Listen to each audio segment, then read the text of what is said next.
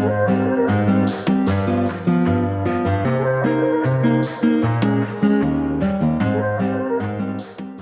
guys, welcome back. We are diving into chapter 7 today. Ooh, it's getting a little difficult. It's getting difficult. Why is this chapter so hard? There's so much information about the revolution. Let's dive in. Who are the proles? We're going to start with them first. We learn all about these three things today. Here's what we're going to focus on. Who are the proles? The proles are the masses of people who aren't part of the party. They aren't part of this privileged party class. They're more of just all the working class and the masses that represent most of Oceania. And they're really portrayed as inferior, people that the party needs to keep in control. Number two, we're going to learn the party's version of the story behind the revolution. This is how the party gained power, right? They got rid of whoever was in charge before. And but the party likes to give its own version of the revolution to show that it was necessary, that they needed to do it, and that life is better now because of it. And something a little bit more cryptic and almost like a riddle. 2 plus 2 equals 4. That's the truth, right? But what if someone could convince you that 2 plus 2 equals 5? This gets into this whole theme of what is the truth? And can people convince you of things that is not the truth?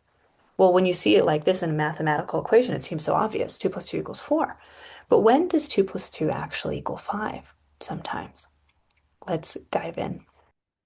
So why does Orwell use the word proles? We have to dive into this because prole is short for a word, the proletariat. Now, the proletariat is a fancy word for the working class person. And during a very tumultuous time called the Russian Revolution, a very famous man named Karl Marx believed that communism is inevitable because there's a class struggle between the working class and the capitalists. Capitalists are the owners of businesses and the privileged rich people of the Industrial Revolution, where the working class are basically like slaves to capitalists. And this is what Marx believed. And he believed that since the proletariats are so oppressed, they're pushed down by these industrial giants called the capitalists, the people who say, hey, you have to work 10 hours a day and I get all the profit and you get, minimum wage. Marx believed the proletariats are only going to take that for so long and they're going to rise up, get rid of the capitalists, and eventually create a society that has no class system. There's no high class and low class. We're all one. That's what communism eventually strives to be. So before the revolution, we have lower classes oppressed by this industrial revolution because the industrial revolution is run by capitalists who take all the profit and they leave the proletariats and the working class in the worst conditions like slaves. And there's other people that are oppressed, right? Farmers, military, anybody in the lower class. This is what the Russian Revolution, these are the people who rose up. And the smart, intelligent philosophers of that time led the proletariats through this Russian Revolution. After the revolution, these smart revolutionaries promised to free all the proletariats and all the lower classes, the working classes, from their slavery.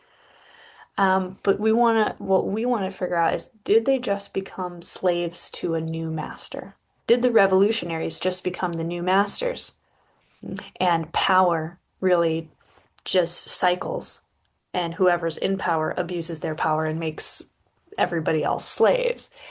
So we're going to think about how the party, paints this picture of the revolution being so great, but we want to ask ourselves, is 1984, is Orwell saying that the proles are they were worse before, they were bad before, and now they're equally as bad.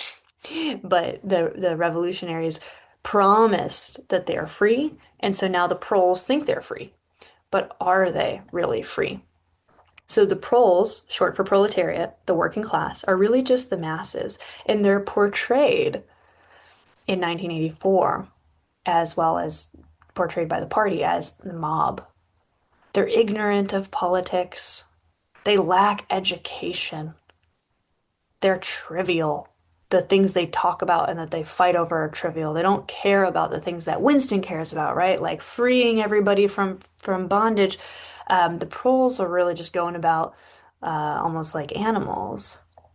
And that brings me to our first activity. Now we're going to go and do a deep dive into how proles are described, portrayed, and represented in 1984. But I want you guys to do an activity first where we're going to find some quotes about proles. So let's go to week 24, 1984 activity. We're going to go to activity number 1. So here we are. What I want you to do in chapter 7, you're going to find as many examples of proles being described as animals or being described as inferior. Inferior means you're less, you have a lower intellect, you are not seen as worthy, as people who are more superior than you. You're going to copy those below in this box, as many as you can. And when you're done with that, you're going to answer a question in 2 to 3 sentences that's going to require some critical thinking. Why does the party compare proles to animals? Why does the party see the proles as inferior? Why is it important for them to be seen as inferior to the party? I'm going to give you 10 minutes to complete this, and when you're done, we'll move on together and talk about the proles in more detail.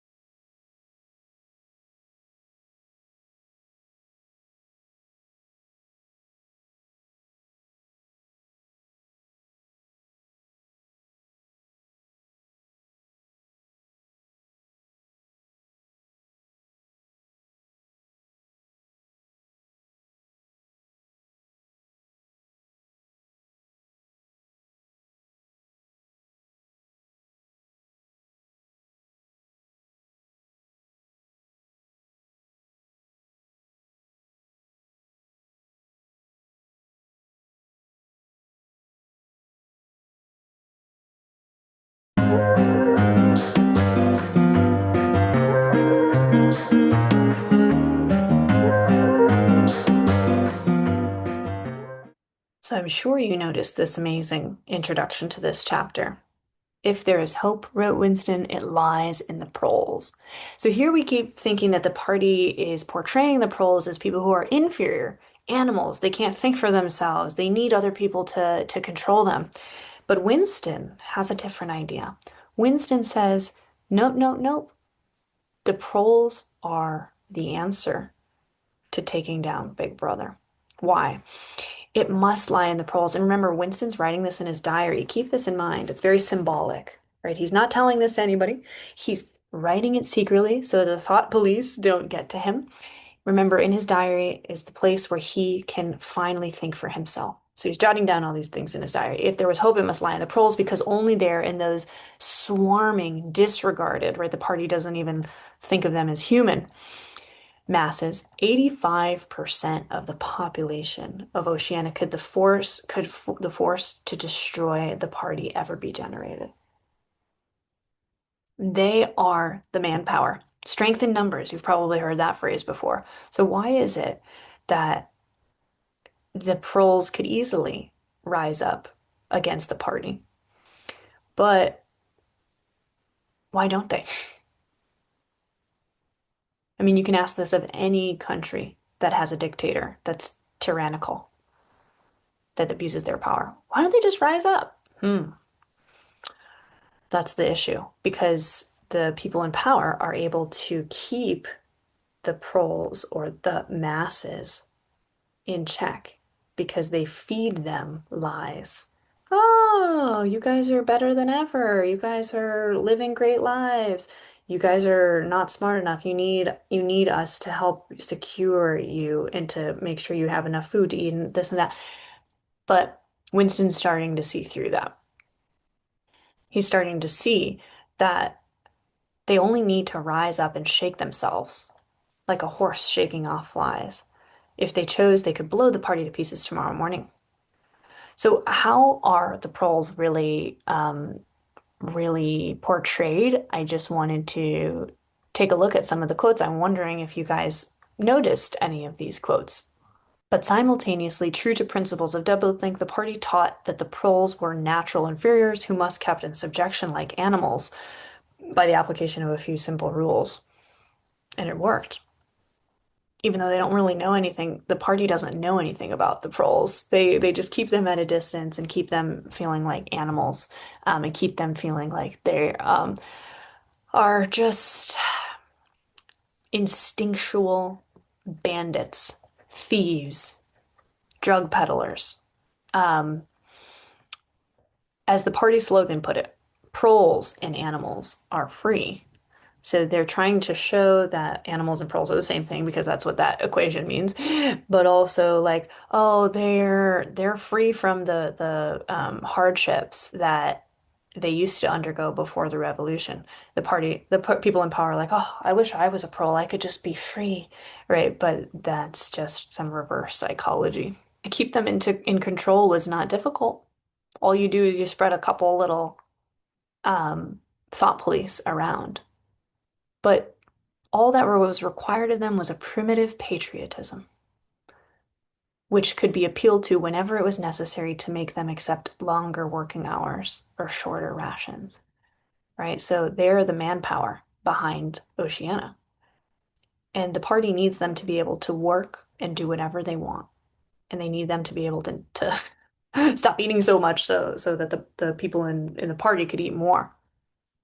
Um, and this is how the people in power are able to live relatively better lives than the proles because the proles are working their butts off and they're being convinced that, oh, I'm working for my country.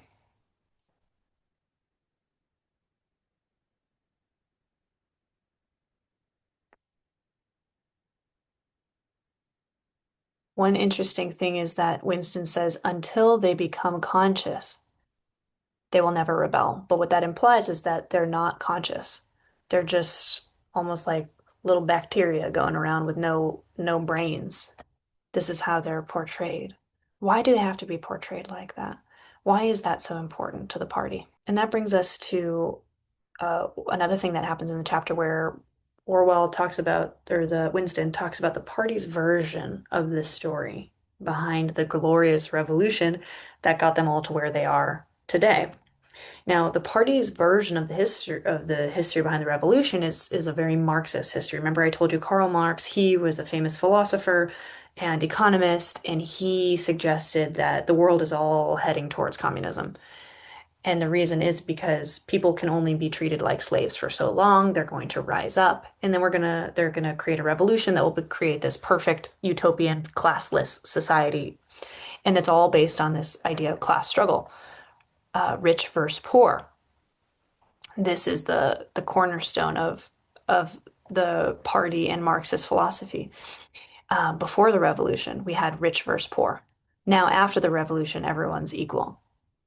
Before the revolution, we had capitalists, right? Rich people who owned the businesses and told all the working class what to do, versus the working class, the proletariats, who were subjected under terrible conditions and had no freedom and no rights and no ability to speak. And again, it all comes down to oppressor versus oppressed. Person who's using their power to abuse people and exploit them, and the people who are the victims. You see this divide between rich versus poor, capitalist versus proletariat, oppressor versus oppressed. This is what the party tells itself is what was happening before the revolution, and this is why they needed to have the revolution. And this is characterized in a quote that Winston says, when an ordinary person spoke to a capitalist, he had to cringe and bow to him and take off his cap and address him as sir. So that's the before the revolution. Before the revolution, this is how people had to act. Now, this is not Winston saying this. Winston is recalling what the party says in its history books. So the party really wants everyone to believe that before the revolution, we had this elite class. And thank God that the revolution came and that the people in power in the party are in power now, and we don't have this terrible, terrible divide anymore. But we have to ask ourselves, is this true? Why do they have to keep up this narrative as if their whole lives depended on it? Is it true that everybody's lives are better off than before? Doesn't seem so. Let's take a look. So it says he reached down and scratched his ankle again. Don't forget, he's got this ulcer down on his ankle that he keeps scratching. And I think it's very symbolic of there's something lying underneath that's just waiting to get out. And he's scratching and itching this thing because he's got to keep everything hidden. So I think every time he scratches his ankle, it's this symbolic, metaphorical idea that something's just waiting to be unearthed and he can't keep it down any longer. Day and night, the telescreens bruised your ears with statistics proving that people today had more food, more clothes, better houses, better recreations, that they lived longer, worked shorter hours, were bigger, healthier, stronger, happier, more intelligent, better educated than people of 50 years ago, right? That'd be before the revolution. They have to keep up this narrative. Not a word of it could ever be proved or disproved. Okay, so nobody knows really what the truth is. I mean, any statistic, if it's coming from someone in power, can be made into a science. Yes, this is backed up by science. Yes, this is backed up by economics. This is backed up by statistics. This is, of course, Orwell's point about how do we trust anything that people say. Everything faded into mist. The past was erased. The eraser was forgotten, and the lie became truth. But what was interesting is the people who had started this revolution, they were actually very, noble in their ideas of wanting to get rid of these capitalists so that there could be more equality. But really, the story really begins when the original leaders of the revolution were wiped out. So the people who had started the revolution, they were actually vaporized themselves because Big Brother, the person who wanted power, he wanted power under the disguise of the revolution, even though he didn't really care about the revolutionary ideals of equality and not being slaves anymore. Well, Big Brother, he still wanted everybody to be slaves, but he used the revolution as a way of saying, like, yeah, I'm with the revolution, woohoo. But really, he just wipes out all of the leaders. And Winston has this memory of these three men who were part of the party but had been arrested. And this is a very interesting story here. It shows the quick betrayal of people who have power, people who think like, oh, I'm in the party, I have, I've been loyal this whole time, I've been a good person, but it doesn't matter any of that. What matters are the whims of Big Brother, whatever he wants to do at that moment. So Jones, Aronson, and Rutherford, Winston remembers them because they were arrested for conspiracies. And if you guys remember, there's a word called scapegoat. Scapegoat is when you blame someone for all of your problems and it makes you feel better about yourself. Or people use a scapegoat to manipulate, for example, the masses. So Big Brother will go to the proles and say, oh no, Goldstein is at it again. He's been doing X, Y, and Z, and you guys need to make sure you follow what I say, or else he is going to be in power, and we don't want that.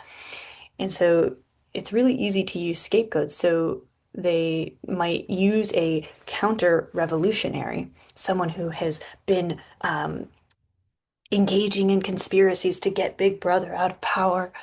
And that's what happens with Jones, Aronson, and Rutherford. And all of a sudden, they had these confessions.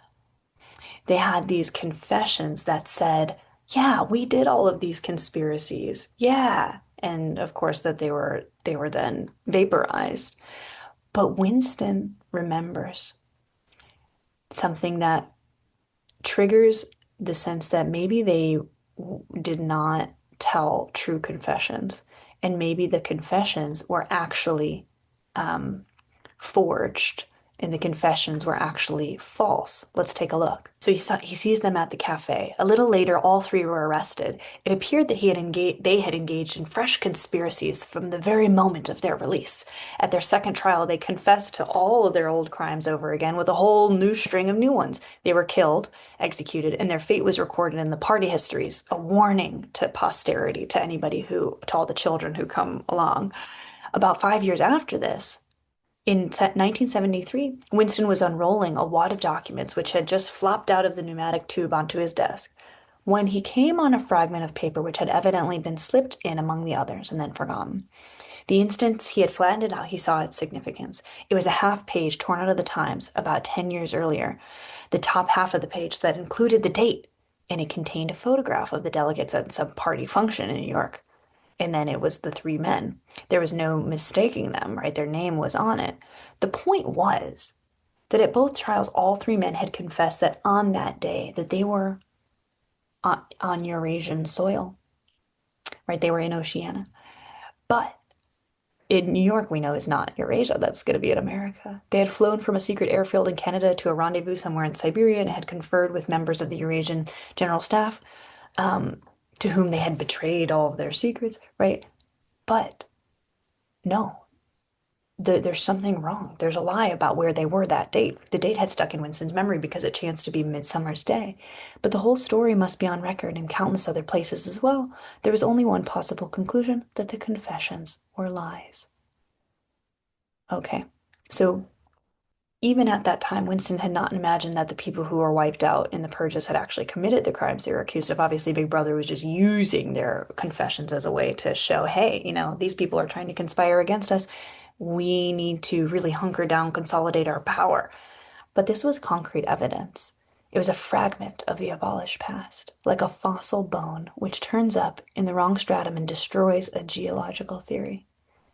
It was enough to blow the party to atoms, if in some way it could be published. And he had gone straight on working, right? He's trying to figure out a way in his diary how he's going to use these things like photographs and information, maybe to meet up with O'Brien so that he could reveal all these things about the party. Which gets us to our final part of the story. He's talking about potentially going to O'Brien with all of this information, and he knows that he has this truth. And this truth from things like photographs, from his memories, allows him to say that freedom is the freedom to say that 2 + 2 makes 4.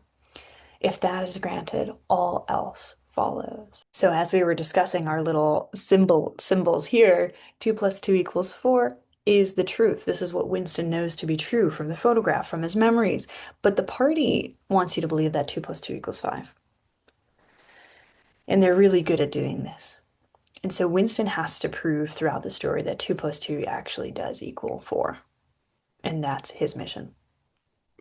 And that's what freedom means to him, is being able to decide mathematically, objectively what is true without being manipulated by people in power.